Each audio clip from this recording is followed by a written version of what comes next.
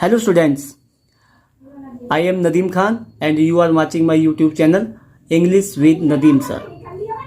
Students,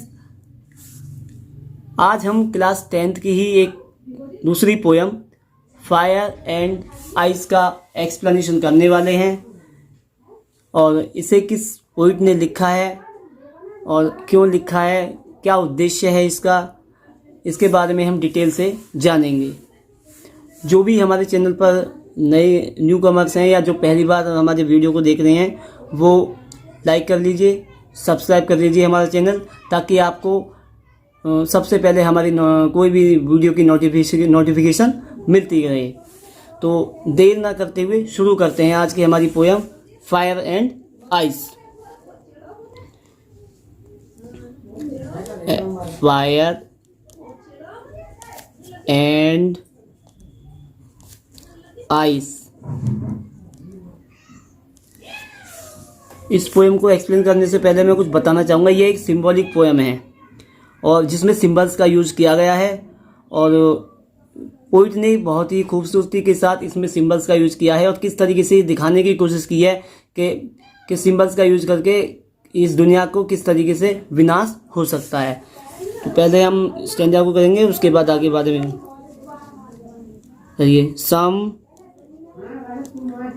से the world will end in fire। Second line में देखिए, सम से इन आइस। इसके बाद from what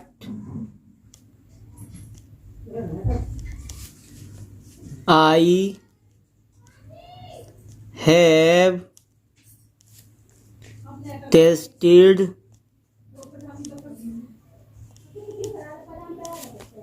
of desire, I hold with those who favor fire।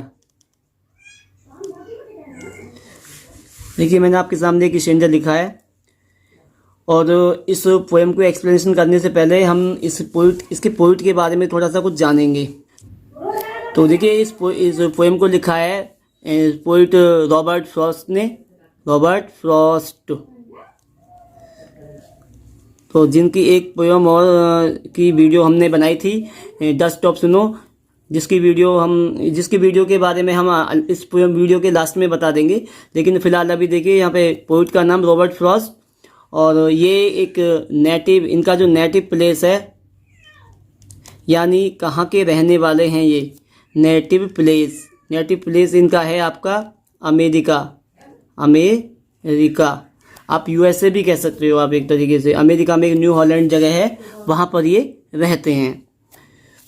तो देखिए, इस पोएम के बारे में शुरू करने से पहले थोड़ा सा बता दें बेसिक कि इस पोएम को पोइट ने, इस पोएम को जो टाइटल है फायर एंड आइस, दो सिंबल्स का यूज करके इस पोएम को बताने की कोशिश की है कि ये जो फायर का मतलब होता है एक तरीके से हमारी इच्छाओं से मतलब होता है, जबकि ice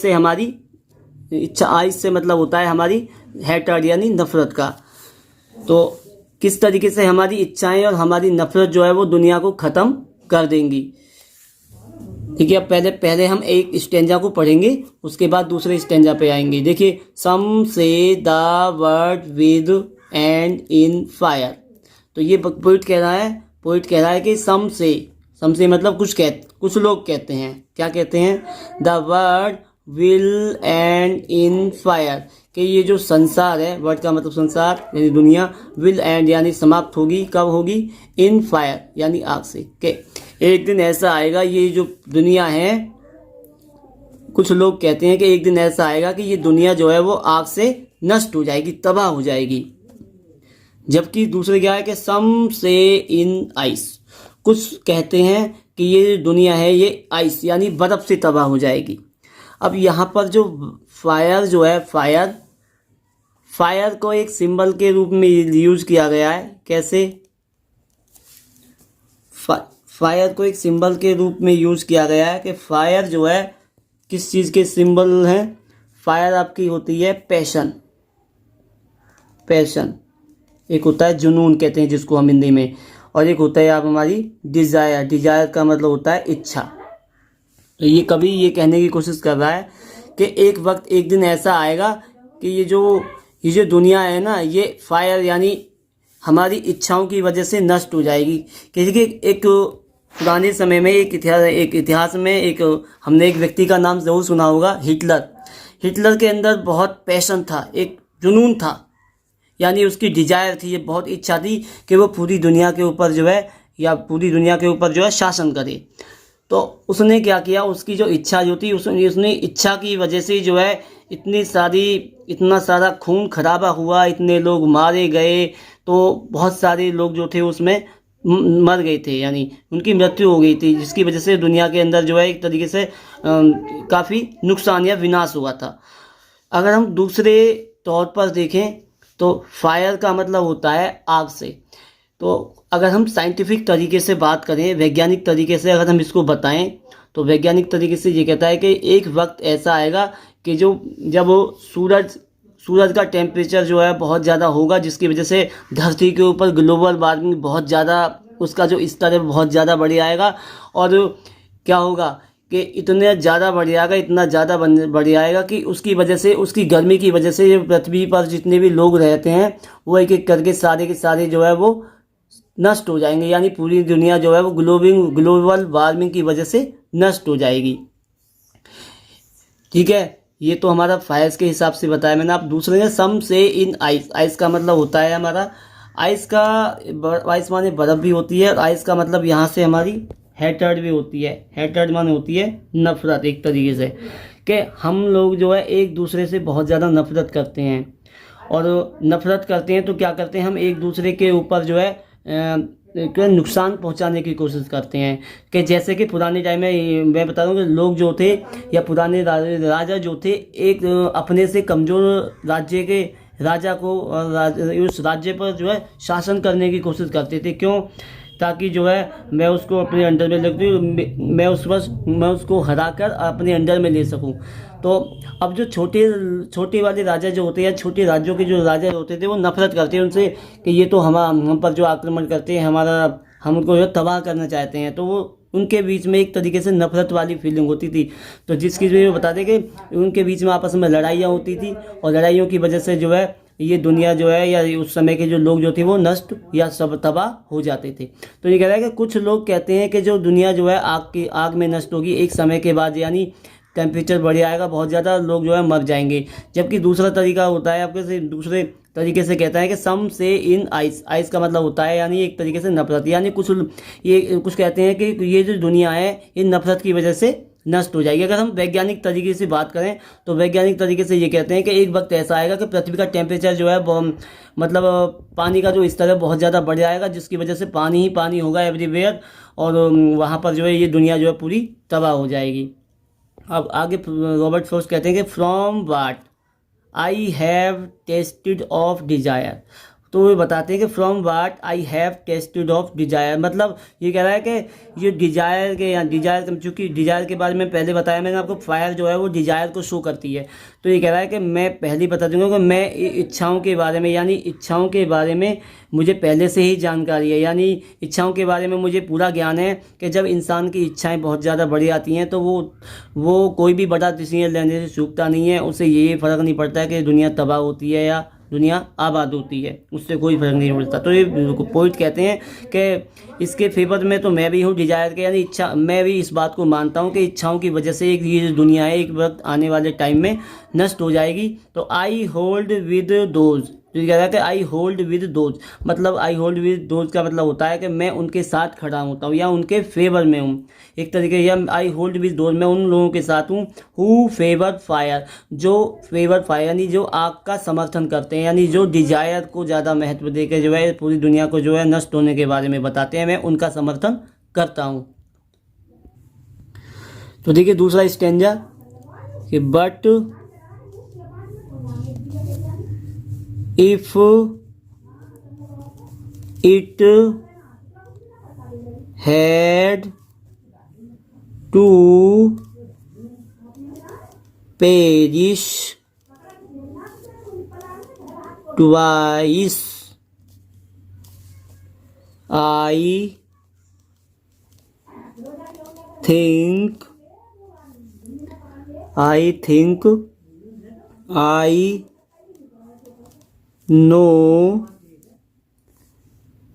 I know enough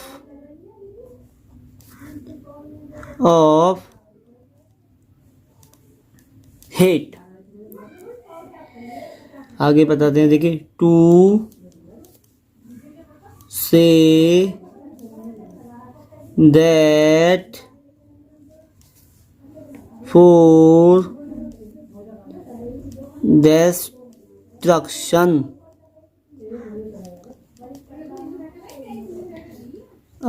is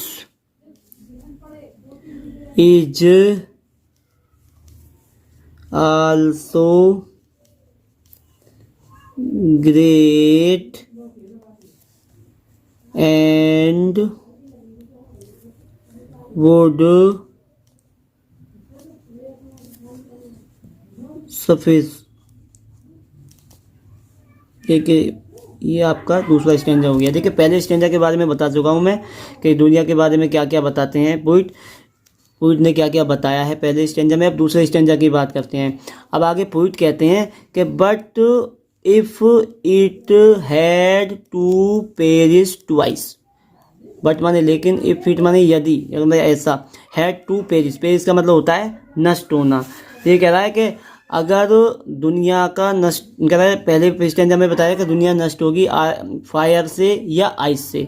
तो आगे बताते हैं कि पोइट कहते हैं कि if it had to perish twice, twice का मतलब होता है दो बार, कि अगर दुनिया को दो बार नष्ट होना है, अगर दुनिया दो बार नष्ट होती है या दुनिया नष्ट दो तरीके से नष्ट होगी, तो आई थिंक, मैं सोचता हूँ, आई नो, मैं जानता हूँ, क्या जानता हूँ कि एनफ ऑफ हेट, हेट माना होता है आपका डिजायर या सॉरी हेट माने नफरत। पोइट कहते हैं आगे, देखिए सेकंड स्तंभ में, but if it had to perish twice, लिखा है बट माने लेकिन, if it had to perish, perish का मतलब होता है नष्ट होना या मरना, ट्वाइस माने दो बार, कि यदि दुनिया दो बार खत्म होती है, अगर दुनिया को दो बार खत्म होना है, तो ये कह रहा है कि पोइट कि आई थिंक, मैं सोचता हूँ, आई नो एनफ, एनफ माने होता है काफ़ी और हेट माने होता है नफरत, कि आगे पोइट कहता है कि मैं जानता हूँ कि क्या, कि एनफ ऑफ हेट, कि नफरत ही काफ़ी है इस दुनिया को नष्ट होने के लिए। आगे पोइट कहते हैं कि टू से माने कहना, दैट फॉर डिस्ट्रक्शन आइस, तो वो पोइट कहते हैं कि इस दुनिया को नष्ट होने के लिए तो हेट ही काफ़ी है, यानी नफरत ही काफ़ी है। तो आगे बताते हैं कि वो तो इस दुनिया का नष्ट होने के लिए तो हेट ही काफ़ी है, अगर दो तरीके से होगा तो आइस से भी अगर विनाश होगा तो भी कोई बड़ी बात नहीं है इसमें। तो इज आल्सो ग्रेट, कि इज आल्सो ग्रेट का मतलब होता है ये भी बड़ी बात है, यानी ये भी बड़ी बात है, अगर हेट के साथ साथ जो है, अगर हेट के अलावा जो है, अगर आइस से भी दुनिया नष्ट होती है तो बड़ी बात है। एंड वुड सफिस, सफिस का मतलब होता है पर्याप्त, और ये भी काफ़ी पर्याप्त होगी, यानी एक तरीके से हेट से अगर दुनिया नष्ट होती है तो ठीक है। और हीट के साथ साथ अगर दूसरे तरीके से अगर नष्ट होगी तो वो आइस की वजह से, आइस का मतलब मैंने तुम्हें बताया कि ये हीट और आइस जो है दोनों कॉमन ही है, तो नफरत की वजह से ही होगी। तो आगे देखिए, इसमें जो आई होप कि जो ये पोयम आपको बहुत अच्छे से समझ में आ गई होगी। यानी पोइट इसमें ये कहने की कोशिश कर रहा है कि ये जो दुनिया है दो तरीके से नष्ट होगी, कि एक वक्त ऐसा आएगा जब लोग जो है एक दूसरे से नफरत करनी, फायर का मतलब होता है यहाँ पैशन या डिजायर यानी इच्छाएं हैं, जब हमारी इच्छाएं बहुत ज़्यादा बढ़ जाती हैं तो हम एक दूसरे के ऊपर अपनी इच्छाओं को पूरा करने के लिए हम कोई कुछ भी कम कर गुजरने को तैयार होते हैं, जिसकी वजह से हम बड़े से बड़ा डिसीजन लेने के लिए तैयार हो जाते हैं। और हम हमारी इच्छाओं की वजह से जो है लड़ाइयाँ लड़ी जाती हैं और दुनिया का अंत होगा इस वजह से। दूसरा तरीका है आइस। आइस का मतलब होता है हेटर यानी नफरत। जब हमारी एक दूसरे के प्रति नफरत बढ़ जाती है, यानी हम लोग एक दूसरे से नफरत करने लगते हैं, तो हम आपस में लड़ने लगते हैं और हम इस तरीके से ये लड़ाइयाँ की वजह से जो है दुनिया का विनाश होगा। तो ये बताता है आगे कि जो है इस तरीके से दो तरीके हैं, या तो हमारी इच्छाओं की वजह से या हमारी नफरत की वजह से इस दुनिया का विनाश होगा। और एक दूसरा तरीका यह है कि एक पोइट भी बताते हैं कि अगर धरती का जो टेम्परेचर बहुत ज़्यादा बढ़ जाएगा, ग्लोबल वार्मिंग बहुत ज़्यादा हो जाएगी, तो दुनिया का विनाश हो जाएगा, क्योंकि दुनिया जो है उस गर्मी को जो बर्दाश्त, दुनिया के लोग उस गर्मी को बर्दाश्त नहीं कर पाएंगे। और दूसरे तरीके से एक वक्त ऐसा आएगा कि पूरी दुनिया जो है वो जम जाएगी बर्फ़ की तरह, और पूरी दुनिया फिर उस ठंड की वजह से, आइस की वजह से डेड हो जाएगी यानी। तो आगे देखिए, इसमें जो बहुत नोटेबल जो चीज़ें हैं वो आपको मैंने थोड़ी बताई थी कि फायर जो है वो हमारी पैशन यानी इच्छाओं को, और हमारी डिजायर, पैशन और डिजायर दोनों लगभग सेम ही मीनिंग होता है, इन दोनों को शो करती है। और आइस जो होती है हमारी आइस बर्फ, वो हमारी नफरत को यानी हमारी कोल्डनेस को शो करती है। इसके अलावा देखिए कुछ और भी इम्पोर्टेंट इसमें डिवाइसेज हैं, literary LITERARY literary device, literary devices हुई हैं जो इसमें यूज की गई हैं। पहला है आपका एंजाममेंट, ENJAMBMANT।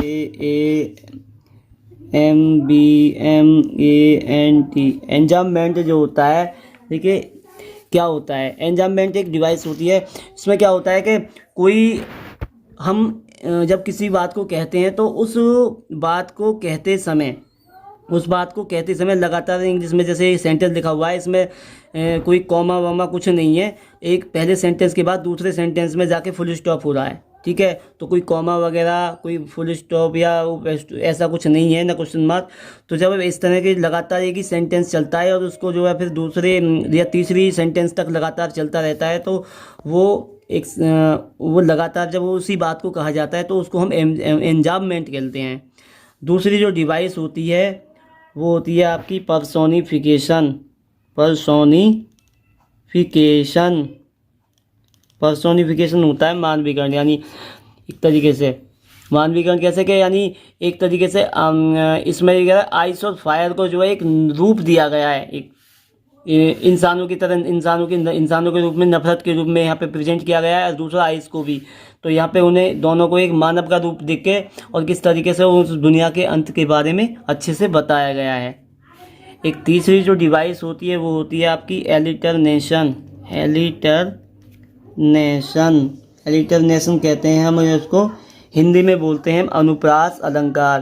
क्या होता है कि जब कोई वर्ड एक से ज़्यादा बार लगातार जो है उसकी पुनरावृत्ति रिपीट होता है तो हम इसको एंजाममेंट बोलते हैं। जैसे कि इसमें सम और से, इन दोनों में एस का यूज हुआ है दोनों में, ठीक है ना।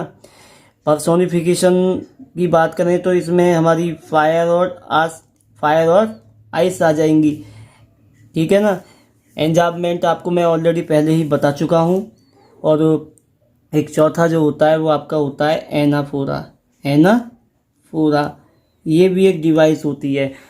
इसको किस तरीके से यूज़ किया गया है कि जब कोई शब्द एक से ज़्यादा बार उसी पोयम के या स्टेंजा के बीच में आता है तो वो एनाफोरा का रूप कहलाता है, ठीक है ना। यानी शब्दों की उसकी पुनरावृत्ति कहलाती है। जैसे कि सम, यहाँ पर सम 2 बार यूज किया गया है, पहले स्टेंजा में 2 बार यूज किया गया है स्टेंजा में, ठीक है। इसके अलावा देखिए इसकी राइमिंग स्कीम है,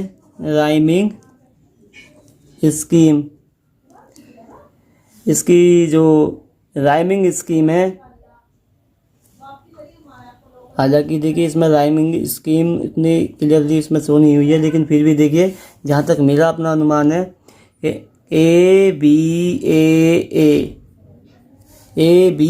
ए और सेम उसी तरीके से नीचे वाले में भी है। दोनों ही स्टैंडा में देखिए ए बी ए किस तरीके से है। यहाँ पे फायर, डिज़ायर और फायर, इनकी जो तुकबंदी है, इनकी जो आवाज़ है बिल्कुल एकदम मेल खा रही है। इसके अलावा आइस की जो आवाज़ है वो अलग है बिल्कुल। तो यहाँ पर ए, यहाँ पर बी, फिर यहाँ पर ए, फिर यहाँ पर ए। ठीक इसी तरीके से दूसरे स्टैंडा में भी है, ट्वाइस, हेट, आइस, सफिस। तो यहाँ पर ए बी ए की ही राइमिंग स्कीम है। अगर हम राइमिंग वर्ड की बात करें, राइमिंग वर्ड्स, तो यहाँ पर आपके आएंगे फायर, डिज़ायर और एक दूसरे दोबारा जो है फायर यहाँ पे फिर दिया हुआ है। ये तीनों एक पहले वाले स्टेंजा में है। जबकि दूसरे वाले की बात करें तो ट्वाइस, आइस और सफिस ये दूसरा पे दूसरे स्टेंजा में है जो राइमिंग वर्ड्स हैं। इसके अलावा देखिए बाकी लगभग सभी चीज़ें मैंने आपको बता दी हैं और आई होप कि देखिए ये पोयम आपको बहुत अच्छे से समझ में आ गई होगी। इससे संबंधित जो भी आपके कोई भी डाउट है, किसी तरह की कोई जो भी होंगे, वो सारे के सारे अब आपके क्लियर हो चुके होंगे। आपको ये पोयम बहुत अच्छे से समझ में आ गई होगी और आप एग्ज़ाम में इसको अगर जिस तरीके से मैंने इस सारी चीज़ों को समझाया, इस पोएम को एक्सप्लेन किया है, सारे डाउट क्लियर हो गए होंगे। एग्ज़ाम में अगर आप मेरे इस वीडियो के हिसाब से अगर इस पोएम को फॉलो करेंगे तो डेफिनेटली अच्छा स्कोर कर पाएंगे। तो thanks for watching, thank you.